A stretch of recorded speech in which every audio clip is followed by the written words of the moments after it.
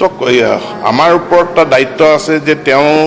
কোনোবা যিহেতু 7 বছৰ সম্পূৰ্ণ কৰিছে বা মহিলাৰ ক্ষেত্ৰত 5 বছৰ সম্পূৰ্ণ কৰিছে বদলীকৰণৰ যোগ্যতা অৰ্জন কৰিছে। এই যিখন নটিচ আছে আহিছে আৰু বহুত ইম্পৰ্টেণ্ট নটিচ বুলিয়ে ক'ব পাৰি,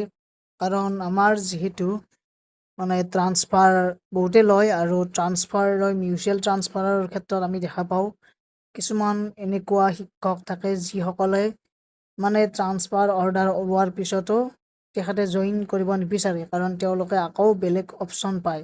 গতিকে এই যিখন নটিচ জাৰি কৰিছে আমাৰ ডাইৰেক্টৰ অফ এলিমেণ্টাৰী এডুকেশ্যনৰ ফালৰ পৰা বহুতেই মানে ভাল এখন গুড মানে কি ক'ম আৰু বহুতেই ভাল, কাৰণ ইয়াতে ধুনীয়াকৈ লিখিছে ইণ্ট্ৰা হওক বা ইণ্টাৰ ডিষ্ট্ৰিক্ট হওক মিউচুৱেল ট্ৰান্সফাৰৰ ক্ষেত্ৰত যি 14 দিনৰ সময়সীমা দিয়া হৈছে আৰু সেই 14 ডেইজৰ ভিতৰত তেওঁলোকে আমাৰ চেঞ্চাছত যিখিনি পৰা নাই তেওঁলোকে জইন কৰিব লাগিব। আৰু চেঞ্চাছৰ বুলি কথা নাই, মানে এই নটিচখন এতিয়া আমাৰ যিমান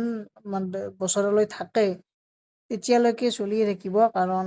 যিহেতু এতিয়া এখন মানে এটা নিয়ম বান্ধি দিলে যে ট্ৰান্সফাৰ লোৱাৰ পিছত মানে মিউচুৱেল ট্ৰান্সফাৰ লোৱাৰ পিছত 2জন পাৰ্টনাৰে তাৰমানে জইন কৰিব লাগিব,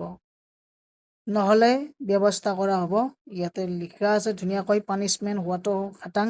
আৰু বহুত শিক্ষক কিছুমানে যদি এনেকুৱা ফেচ কৰে যে মিউচুৱেল ট্ৰান্সফাৰ অৰ্ডাৰ ওলাই গ'ল কিন্তু এজন টিচাৰে এতিয়ালৈকেও মানে